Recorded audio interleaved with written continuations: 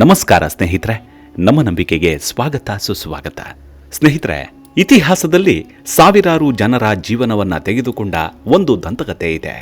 ರಾಜರು, ಸೈನಿಕರು, ಸಾಹಸಿಗಳು, ಖಜಾನೆ ಬೇಟೆಗಾರರು ಮತ್ತು ಅನ್ವೇಷಕರು ಶತಮಾನಗಳ ಕಾಲ ಹುಡುಕಿದ ಒಂದು ರಹಸ್ಯವಿದೆ. ಆ ರಹಸ್ಯದ ಹೆಸರೇ ಎಲ್ ಡೊರಾಡೋ.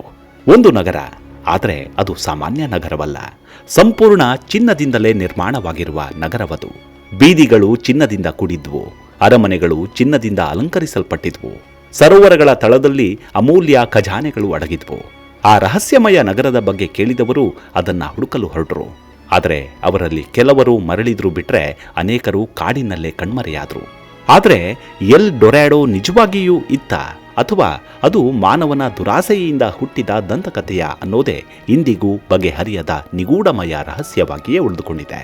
ಬನ್ನಿ, ಹಾಗಿದ್ರೆ ಈ ಸಂಚಿಕೆಯಲ್ಲಿ ಎಲ್ ಡೊರಾಡೋದ ಕುತೂಹಲ ಹಾಗೂ ರೋಚಕತೆಯನ್ನ ತಿಳಿದುಕೊಳ್ಳೋಣ. ಅದಕ್ಕೂ ಮುನ್ನ ನಮ್ಮ ನಂಬಿಕೆಗೆ ನಿಮ್ಮ ಬೆಂಬಲವಿರಲಿ. ಎಲ್ಲ ವಿಧದ ತ್ವಚೆಯ ಸಮಸ್ಯೆಗಳಿಗೆ ಧೀಮಹಿ ಪ್ರಾಡಕ್ಟ್ ರಾಮಬಾಣದಂತೆ ಕೆಲಸ ಮಾಡುತ್ತೆ. ಕೇವಲ 3 ದಿನದಲ್ಲೇ ವ್ಯತ್ಯಾಸ ನೋಡ್ತೀರಾ. ಯಾವುದೇ ಅಡ್ಡ ಪರಿಣಾಮಗಳಿಲ್ಲ. ಕೆಮಿಕಲ್ ರಹಿತವಾದ 16 ನೈಸರ್ಗಿಕ ಪದಾರ್ಥಗಳ ಮಿಶ್ರಣದಿಂದ ತಯಾರಾದ 100% ಆರ್ಗ್ಯಾನಿಕ್ ಧೀಮಹಿ ಪ್ರಾಡಕ್ಟ್. ಹೆಚ್ಚಿನ ಮಾಹಿತಿಗಾಗಿ ಕೆಳಕಂಡ ದೂರವಾಣಿಗೆ ಸಂಪರ್ಕಿಸಿ. ಸ್ನೇಹಿತರೆ, ಸ್ಪ್ಯಾನಿಷ್ ಭಾಷೆಯಲ್ಲಿ ಎಲ್ ಡೊರಾಡೋ ಎಂದರೆ ಚಿನ್ನದ ಮನುಷ್ಯ ಅಥವಾ ಗೋಲ್ಡನ್ ಒನ್ ಎಂದರ್ಥ. ಆಶ್ಚರ್ಯಕರ ವಿಷಯವೇನೆಂದರೆ, ಆರಂಭದಲ್ಲಿ ಎಲ್ ಡೊರಾಡೋ ಒಂದು ನಗರವಲ್ಲ, ಅದು ಒಬ್ಬ ವ್ಯಕ್ತಿಯ ಬಗ್ಗೆ ಇದ್ದ ಕಥೆಯಾಗಿತ್ತು.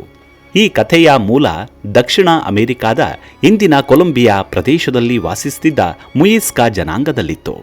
ಈ ಜನಾಂಗ ಅತ್ಯಂತ ಶ್ರೀಮಂತವಾಗಿತ್ತು. ವಿಶೇಷವಾಗಿ ಚಿನ್ನದ ಕಲಾಕೃತಿಗಳನ್ನು ತಯಾರಿಸುವಲ್ಲಿ ಅವರು ಪ್ರಸಿದ್ಧರಾಗಿದ್ದರು. ಮುಯಿಸ್ಕಾ ಜನಾಂಗದಲ್ಲಿ ಹೊಸ ರಾಜನ ಪಟ್ಟಾಭಿಷೇಕ ಒಂದು ವಿಶಿಷ್ಟ ರೀತಿಯಲ್ಲಿ ನಡೆದಿತ್ತು. ಹೊಸ ರಾಜನ ದೇಹಕ್ಕೆ ಸಂಪೂರ್ಣವಾಗಿ ಚಿನ್ನದ ಪುಡಿಯನ್ನ ಹಚ್ಚಲಾಗ್ತಿತ್ತು. ಆತ ಸೂರ್ಯನ ಬೆಳಕಿನಲ್ಲಿ ಹೊಳೆಯುವ ಚಿನ್ನದ ಪ್ರತಿಮೆಯಂತೆ ಕಾಣ್ತಿದ್ದ. ನಂತರ ಅವನನ್ನ ಒಂದು ದೋಣಿಯಲ್ಲಿ ಕೂರಿಸಿ ಪವಿತ್ರ ಸರೋವರದ ಮಧ್ಯಕ್ಕೆ ಕರೆದೊಯ್ಯಲಾಗ್ತಿತ್ತು. ಅಲ್ಲಿ ರಾಜನು ದೇವರಿಗೆ ಸಮರ್ಪಣೆಯಾಗಿ ಚಿನ್ನದ ಆಭರಣಗಳು, ಮೂರ್ತಿಗಳು ಮತ್ತು ಅಮೂಲ್ಯ ವಸ್ತುಗಳನ್ನು ನೀರಿಗೆ ಎಸೆತಿದ್ದ. ನಂತರ ರಾಜನು ಸರೋವರದಲ್ಲಿ ಮುಳುಗಿ ಸ್ನಾನ ಮಾಡ್ತಿದ್ದ. ಇದೇ ಚಿನ್ನದ ಮನುಷ್ಯ ಎಂಬ ಕಥೆಯ ಮೂಲ. 1500ರ ದಶಕದಲ್ಲಿ ಸ್ಪ್ಯಾನಿಷ್ ಆಕ್ರಮಣಕಾರರು ದಕ್ಷಿಣ ಅಮೆರಿಕಕ್ಕೆ ಬಂದರು. ಅವರು ಅದಾಗಲೇ ಅಪಾರ ಪ್ರಮಾಣದ ಚಿನ್ನವನ್ನ ಇಂಕಾ ಮತ್ತು ಅಜ್ಟೆಕ್ ಸಾಮ್ರಾಜ್ಯಗಳಿಂದ ಪಡೆದಿದ್ರು. ಹೀಗಾಗಿ ಮತ್ತಷ್ಟು ಸಂಪತ್ತಿನ ಹುಡುಕಾಟದಲ್ಲಿದ್ರು. ಮುಯಿಸ್ಕಾ ಜನಾಂಗದ ಚಿನ್ನದ ರಾಜನ ಕಥೆ ಕೇಳಿದ ತಕ್ಷಣ ಅವರು ಒಂದು ನಿರ್ಧಾರಕ್ಕೆ ಬರ್ತಾರೆ. ಒಬ್ಬ ರಾಜನ ದೇಹಕ್ಕೆ ಇಷ್ಟೊಂದು ಚಿನ್ನ ಹಚ್ಚಲಾಗ್ತಿದ್ರೆ ಅವರ ರಾಜ್ಯದಲ್ಲಿ ಅದೆಷ್ಟು ಚಿನ್ನ ಇದ್ದಿರಬಹುದು ಎಂಬ ಕಥೆ ಹಾಗೂ ಆಸೆ ಹುಟ್ಟಿತ್ತು. ಅದು ಅಲ್ಲಿಂದಲೇ ಎಲ್ ಡೊರಾಡೋ ದಂತಕಥೆಯ ಹುಟ್ಟಿಗೆ ಕಾರಣವಾಯಿತು. ಈ ಆಚರಣೆ ನಡೆದ ಸ್ಥಳವೆಂದು ನಂಬಲಾಗಿರುವ ಗುಟವಿಟ ಸರೋವರ ಸ್ಪ್ಯಾನಿಷ್ ಸಾಹಸಿಗಳ ಪ್ರಮುಖ ಗುರಿಯಾಯಿತು. ಅವರು ಸರೋವರದ ತಳದಲ್ಲಿ ಅಪಾರ ಖಜಾನೆ ಇದೆ ಎಂದು ನಂಬಿದರು. ಕೆಲವರು ಸರೋವರದ ನೀರನ್ನ ಹೊರಹಾಕಲು ಪ್ರಯತ್ನಿಸಿದ್ರೆ, ಕೆಲವರು ದೊಡ್ಡ ದೊಡ್ಡ ಕಾಲುವೆಗಳನ್ನು ತೋಡ್ತಾರೆ. ಕೆಲವರು ಸಾವಿರಾರು ಕಾರ್ಮಿಕರನ್ನ ಬಳಸಿಕೊಂಡು ನೀರಿನ ಮಟ್ಟವನ್ನು ಕಡಿಮೆ ಮಾಡ್ತಾರೆ. ಆದರೆ ಅದೃಷ್ಟವಶಾತ್ ಅವರಿಗೆ ಕೆಲವು ಚಿನ್ನದ ವಸ್ತುಗಳು ಸಿಕ್ಕವು ಬಿಟ್ರೆ ನಿರೀಕ್ಷಿಸಿದಷ್ಟು ದೊಡ್ಡ ಖಜಾನೆ ಎಂದಿಗೂ ದೊರಕಲೇ ಇಲ್ಲ. ಕಾಲಕ್ರಮೇಣ ಕಥೆ ಬದಲಾಗತೊಡಗಿತು. ಮೊದಲು ಚಿನ್ನದ ರಾಜ, ನಂತರ ಚಿನ್ನದ ಹಳ್ಳಿ, ನಂತರ ಚಿನ್ನದ ನಗರ, ಕೊನೆಗೆ ಸಂಪೂರ್ಣ ಚಿನ್ನದಿಂದ ನಿರ್ಮಿತ ಸಾಮ್ರಾಜ್ಯ. ಹೀಗೆ ಯುರೋಪಿನಲ್ಲಿ ಈ ಕತೆ ಕಾಡ್ಗಿಚ್ಚಿನಂತೆ ಹರಡಿತು. ಜನರು ದಕ್ಷಿಣ ಅಮೆರಿಕಾದ ಕಾಡುಗಳಲ್ಲಿ ಒಂದು ಅಸಾಧಾರಣ ನಗರ ಅಡಗಿದೆ ಎಂದು ನಂಬಿದರು. ಎಲ್ ಡೊರಾಡೋ ಹುಡುಕಲು 100 ತಂಡಗಳು ಹೊರಟುವು. ಕೆಲವು ತಂಡಗಳಲ್ಲಿ ಸಾವಿರಾರು ಜನರಿದ್ರು. ಆ ತಂಡ ಪರ್ವತಗಳನ್ನು ದಾಟಿದ್ವು, ನದಿಗಳನ್ನು ದಾಟಿದ್ವು, ಕಾಡು ಮೇಡುಗಳನ್ನು ಅಲದ್ವು, ಅಪರಿಚಿತ ಪ್ರದೇಶಗಳಲ್ಲಿ ಸಂಚರಿಸಿದ್ವು. ಆದರೆ ಬಹುತೇಕ ಎಲ್ಲರೂ ವಿಫಲರಾದರು. 1541ರಲ್ಲಿ ಸ್ಪ್ಯಾನಿಷ್ ಅನ್ವೇಷಕ ಗೋನ್ಸಾಲೋ ಪಿಜಾರೋ ಸುಮಾರು 4000 ಜನರೊಂದಿಗೆ ಎಲ್ ಡೊರಾಡೋ ಹುಡುಕಲು ಹೊರಟ. ಆತ ಅಮೆಜಾನ್ ಕಾಡಿನೊಳಗೆ ಪ್ರವೇಶಿಸಿದ. ಅಲ್ಲಿ ಅವರಿಗೆ ಎದುರಾದದ್ದು ಭೀಕರ ವಾಸ್ತವ. ಆಹಾರ ಮುಗಿತು, ರೋಗಗಳು ಹರಡಿದ್ವು, ಸೊಳ್ಳೆಗಳ ಕಾಟ ಬೇರೆ, ಜೊತೆಗೆ ಅಪಾಯಕಾರಿ ಪ್ರಾಣಿಗಳು ದಾಳಿ ಮಾಡಿದ್ವು. ಕೊನೆಯಲ್ಲಿ ಸಾವಿರಾರು ಜನರಲ್ಲಿ ಕೆಲವು ಜನರು ಮಾತ್ರ ಬದುಕುಳಿದ್ರು. ಆದರೆ ಎಲ್ ಡೊರಾಡೋ ಮಾತ್ರ ಸಿಗಲಿಲ್ಲ. ಅಮೆಜಾನ್ ಜಗತ್ತಿನ ಅತಿ ದೊಡ್ಡ ಮಳೆಕಾಡು. ಇಲ್ಲಿ ವಿಷಕಾರಿ ಹಾವುಗಳು, ಜಾಗ್ವಾರ್ಗಳು, ಅನಕೊಂಡಾಗಳು, ವಿಷಕಾರಿ ಕೀಟಗಳು, ಮಾರಕ ರೋಗಗಳು ಸಾಮಾನ್ಯ ಸಂಗತಿಗಳಾಗಿದ್ವು. ಎಲ್ ಡೊರಾಡೋ ಹುಡುಕಿದ ಅನೇಕ ತಂಡಗಳು ಈ ಕಾಡುಗಳಲ್ಲೇ ಶಾಶ್ವತವಾಗಿ ಕಣ್ಮರೆಯಾದವು. ಇಂಗ್ಲೆಂಡ್ನ ಪ್ರಸಿದ್ಧ ಸಾಹಸಿ ವಾಲ್ಟರ್ ರಾಲೆ ಕೂಡ ಎಲ್ ಡೊರಾಡೋ ಹುಡುಕಲು ಹೊರಟ. ಆತ ದಕ್ಷಿಣ ಅಮೆರಿಕಾದಲ್ಲಿ ಹಲವಾರು ಪ್ರದೇಶಗಳನ್ನು ಪರಿಶೀಲಿಸಿದ ನಂತರ ಹಿಂತಿರುಗಿ ಬಂದು ಒಂದು ಪುಸ್ತಕವನ್ನು ಬರೆದ. ಆ ಪುಸ್ತಕದಲ್ಲಿ ಚಿನ್ನದ ಸಾಮ್ರಾಜ್ಯದ ಬಗ್ಗೆ ಸುವಿಸ್ತಾರವಾಗಿ ವಿವರಿಸಿದ್ದ. ಅದರ ಪರಿಣಾಮವಾಗಿ ಯುರೋಪಿನಲ್ಲಿ ಎಲ್ ಡೊರಾಡೋ ಕುರಿತ ಆಸಕ್ತಿದಾಯಕ ಊಹಾಪೋಹಗಳು ಇನ್ನಷ್ಟು ಹೆಚ್ಚಾದವು. 17ನೇ ಶತಮಾನದಲ್ಲಿ ಪ್ರಕಟವಾದ ಅನೇಕ ನಕ್ಷೆಗಳಲ್ಲಿ ಎಲ್ ಡೊರಾಡೋ ನಗರವನ್ನ ಗುರುತಿಸಲಾಗಿತ್ತು. ಆ ಸಮಯದ ಜನರಿಗೆ ಅದು ನಿಜವಾಗಿಯೂ ಅಸ್ತಿತ್ವದಲ್ಲಿರುವ ನಗರವೆಂದು ಭಾಸವಾಗಿತ್ತು. ಆದರೆ ಯಾವುದೇ ಅನ್ವೇಷಕರು ಕೂಡ ಅದನ್ನು ಕಂಡುಹಿಡಿಯಲಾಗಲಿಲ್ಲ. ಇಂದಿನ ಇತಿಹಾಸಕಾರರ ಪ್ರಕಾರ ಎಲ್ ಡೊರಾಡೋ ಕುರಿತು 3 ಪ್ರಮುಖ ಸಾಧ್ಯತೆಗಳಿದ್ವು. ಮೊದಲನೆಯದು, ಇದು ಕೇವಲ ಮುಯಿಸ್ಕಾ ಜನಾಂಗದ ಧಾರ್ಮಿಕ ಆಚರಣೆಯ ಬಗ್ಗೆ ತಪ್ಪಾಗಿ ಅರ್ಥೈಸಿದ್ದ ಕಥೆಯಾಗಿತ್ತು. ಎರಡನೇದು, ದಕ್ಷಿಣ ಅಮೆರಿಕಾದಲ್ಲಿ ಶ್ರೀಮಂತ ನಗರಗಳಿದ್ವು, ಆದರೆ ಅವು ಸಂಪೂರ್ಣ ಚಿನ್ನದಿಂದ ನಿರ್ಮಿಸಲ್ಪಟ್ಟಿರಲಿಲ್ಲ. ಮೂರನೇದು, ಸಾಹಸಿಗಳು ಕೇಳಿದ ಕಥೆಗಳನ್ನು ಅತಿಯಾಗಿ ಉತ್ಪ್ರೇಕ್ಷೆ ಮಾಡಿ ಹರಡಿದ್ರು. ಹೀಗೆ ನಾನಾ ಕುತೂಹಲ ಹುಟ್ಟಿಸೋ ಕಥೆಗಳು ರೂಪುಗೊಂಡಿದ್ವು. 1969ರಲ್ಲಿ ಒಂದು ಮಹತ್ವದ ಪುರಾತತ್ವ ವಸ್ತು ಪತ್ತೆಯಾಯಿತು. ಇದನ್ನ ಮುಯಿಸ್ಕಾ ರಾಫ್ಟ್ ಎಂದು ಕರೆಯಲಾಗತ್ತೆ. ಇದು ಚಿನ್ನದಿಂದ ನಿರ್ಮಿಸಲಾದ ಸಣ್ಣ ಕಲಾಕೃತಿ. ಇದರಲ್ಲಿ ಒಂದು ದೋಣಿಯಲ್ಲಿ ರಾಜನು ದೇವರಿಗೆ ಅರ್ಪಣೆ ಸಲ್ಲಿಸುತ್ತಿರುವ ದೃಶ್ಯವಿತ್ತು. ಈ ವಸ್ತು ಎಲ್ ಡೊರಾಡೋ ಕಥೆಯ ಮೂಲದಲ್ಲಿ ನಿಜವಾದ ಆಚರಣೆ ಇದ್ದಿರಬಹುದು ಎಂಬುದಕ್ಕೆ ಬಲವಾದ ಸಾಕ್ಷ್ಯವಾಗಿತ್ತು. ಇತ್ತೀಚಿನ ವರ್ಷಗಳಲ್ಲಿ ವಿಜ್ಞಾನಿಗಳು ಉಪಗ್ರಹ ಚಿತ್ರಗಳು ಮತ್ತು ಲಿಡಾರ್ ತಂತ್ರಜ್ಞಾನವನ್ನು ಬಳಸಿಕೊಂಡು ಅಮೆಜಾನ್ ಪ್ರದೇಶವನ್ನು ಅಧ್ಯಯನ ಮಾಡ್ತಾರೆ.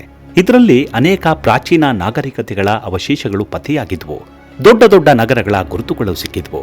ಆದರೆ ಚಿನ್ನದಿಂದ ನಿರ್ಮಿತ ಎಲ್ ಡೊರಾಡೋ ನಗರ ಮಾತ್ರ ಪತ್ತೆಯಾಗಿಲ್ಲ. ಯಾಕಂದ್ರೆ ಇದು ಕೇವಲ ಒಂದು ನಗರದ ಕಥೆಯಲ್ಲ, ಇದು ಮಾನವನ ಕನಸುಗಳ ಕಥೆ. ಹೆಚ್ಚು ಸಂಪತ್ತಿನ ಆಸೆ, ಅಜ್ಞಾತವನ್ನ ಹುಡುಕುವ ಸಾಹಸ, ಅದೃಷ್ಟವನ್ನ ಬೆನ್ನಟ್ಟುವ ಹುಮ್ಮಸ್ಸಾಗಿತ್ತು. ಈ ಎಲ್ಲವುಗಳ ಸಂಕೇತವೇ ಎಲ್ ಡೊರಾಡೋ. 500 ವರ್ಷಗಳ ಕಾಲ ಸಾವಿರಾರು ಜನರು ಎಲ್ ಡೊರಾಡೋವನ್ನ ಹುಡುಕ್ತಾರೆ, ಪ್ರಾಣವನ್ನು ಕಳೆದುಕೊಳ್ತಾರೆ. ಆದರೆ ಚಿನ್ನದ ನಗರ ಯಾರಿಗೂ ಸಿಗಲಿಲ್ಲ. ಎಲ್ ಡೊರಾಡೋ ಒಂದು ನಗರವಾಗಿರಲಿಲ್ಲ. ಬಹುಶಃ ಅದು ಮಾನವನ ದುರಾಸೆ ಮತ್ತು ಕನಸುಗಳ ಪ್ರತಿಬಿಂಬವಾಗಿದ್ದಿರಬಹುದು ಎಂಬುದು ಅನೇಕರ ವಾದ. ದಕ್ಷಿಣ ಅಮೆರಿಕಾದ ಕೆಲವು ಜನಪದ ಕಥೆಗಳ ಪ್ರಕಾರ ದೇವರಿಗೆ ಅರ್ಪಿಸಿದ ಚಿನ್ನವನ್ನ ಕದಿಯಲು ಪ್ರಯತ್ನಿಸಿದವರಿಗೆ ಶಾಪ ತಗುಲುತ್ತದೆ ಎಂಬ ನಂಬಿಕೆ ಇತ್ತು. ಹೀಗಾಗಿ ಹಲವರು ಎಲ್ ಡೊರಾಡೋ ಸಿಗದಿರುವುದಕ್ಕೆ ಕಾರಣ ಖಜಾನೆಯನ್ನ ದೇವತೆಗಳು ಕಾಪಾಡ್ತಿದ್ದಾರೆ ಎಂದು ನಂಬ್ತಿದ್ರು. ಪರ್ಸಿ ಫಾಸೆಟ್ ಎಂಬ ಸಾಹಸಿ ಎಲ್ ಡೊರಾಡೋ ದಂತಕಥೆಯಿಂದ ಪ್ರೇರಿತನಾಗಿ ಅಮೆಜಾನ್ನಲ್ಲಿ ಲಾಸ್ಟ್ ಸಿಟಿ ಝಡ್ ಎಂಬ ನಗರವನ್ನ ಹುಡುಕಲು ಹೊರಟಿದ್ದ. 1925ರಲ್ಲಿ ಆತ ಮತ್ತು ಅವನ ಮಗ ಕಾಡಿನೊಳಗೆ ಪ್ರವೇಶಿಸುತ್ತಾರೆ. ಆದರೆ ಮತ್ತೆಂದಿಗೂ ಮರಳಿ ಬರಲೇ ಇಲ್ಲ.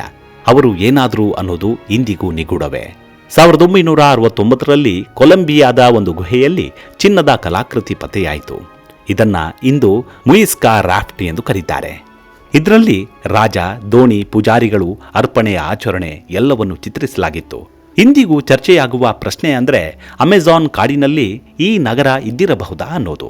ಅಮೆಜಾನ್ ಕಾಡಿನ ಸುಮಾರು 90ರಷ್ಟು ಭಾಗವನ್ನ ಮಾನವರು ಸಂಪೂರ್ಣವಾಗಿ ಅನ್ವೇಷಿಸಲು ಇದುವರೆಗೂ ಸಾಧ್ಯವೇ ಆಗಲಿಲ್ಲ ಎಂದು ಕೆಲವು ಅಧ್ಯಯನಗಳು ಸೂಚಿಸುತ್ತವೆ. ಆದ್ದರಿಂದ ಕೆಲ ಸಾಹಸಿಗಳು ಇಂದಿಗೂ ಈ ಚಿನ್ನದ ನಗರ ಅಸ್ತಿತ್ವದಲ್ಲಿದೆ ಎಂದು ನಂಬುತ್ತಾರೆ. ಜೊತೆಗೆ ಇದೊಂದು ಚಿನ್ನದ ನಗರವಾಗಿಲ್ಲದಿದ್ದರೂ ಕಳೆದು ಹೋದ ನಾಗರಿಕತೆ, ಮರೆತು ಹೋದ ದೇವಾಲಯ ಅಥವಾ ಅನ್ವೇಷಿಸಿದ ಪ್ರಾಚೀನ ವಸತಿ ಇದ್ದೇ ಇದೆ ಅನ್ನುವ ನಂಬಿಕೆ ಇದೆ. ಕೊಲಂಬಿಯಾದ ಬೊಗೊಟಾದ ಈ ಸಂಗ್ರಹಾಲಯದಲ್ಲಿ ಮುಯಿಸ್ಕಾ ಜನಾಂಗದ ಚಿನ್ನದ ವಸ್ತುಗಳು, ಎಲ್ ಡೊರಾಡೋಗೆ ಸಂಬಂಧಿಸಿದ ಕಲಾಕೃತಿಗಳು, ಐತಿಹಾಸಿಕ ದಾಖಲೆಗಳನ್ನು ಭದ್ರವಾಗಿ ಸಂಗ್ರಹಿಸಲಾಗಿದೆ.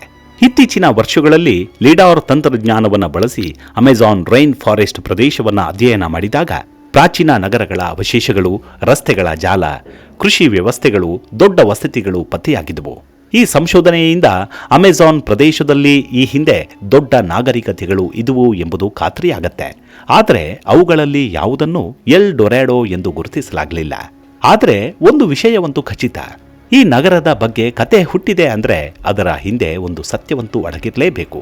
ಚಿನ್ನದ ಆಸೆಗೆ ಬಿದ್ದು ಹೋದವರು ಏನಾದರೂ, ಅವರ ಅವಶೇಷಗಳು ಏನಾದವು, ಅವರೇನಾದರೂ ಆ ಚಿನ್ನದ ನಗರದ ರಹಸ್ಯವನ್ನ ಭೇದಿಸಿದ್ದಿರಬಹುದಾ ಅಥವಾ ಅಲ್ಲಿಯೇ ಆಕ್ರಮಣಕ್ಕೆ ಬಲಿಯಾದ್ರ? ಹೀಗೆ ನಾನಾ ಪ್ರಶ್ನೆಗಳಂತೂ ನಮ್ಮ ತಲೆಯೊಳಗೆ ಸುಳಿದಾಡುತ್ತಲೇ ಇರ್ತಾವೆ. ಅಲ್ಲಿ ಚಿನ್ನ ಸಿಕ್ಕಿ ಬಂದವರಾರೂ ಸಿಕ್ಕಿದೆ ಎಂಬ ಸತ್ಯವನ್ನ ಬಾಯಿಬಿಟ್ಟಿಲ್ಲ. ಬರೀ ಹೋದವರ ಬಗ್ಗೆ ಮಾತ್ರ ಕಥೆಗಳು ಹರಿದಾಡ್ತಿವೆ. ಇಷ್ಟೆಲ್ಲ ಮಾಹಿತಿಯ ಹಿಂದೆ ಒಂದು ಗೌಪ್ಯ ರಹಸ್ಯವಂತೂ ಇದ್ದೇ ಇದೆ. ಆದರೆ ಅದರ ರಹಸ್ಯವನ್ನ ಭೇದಿಸೋಕೆ ಕಾಲವೇ ಉತ್ತರ ನೀಡಬೇಕಷ್ಟೇ. ಮುಂದಿನ ಸಂಚಿಕೆಯಲ್ಲಿ ಮತ್ತೆ ಸಿಗೋಣ. ಅಲ್ಲಿವರೆಗೂ ನಿಮ್ಮ ಆರೋಗ್ಯದ ಕಡೆ ಗಮನವಿರಲಿ. Take care. ನಮಸ್ಕಾರ.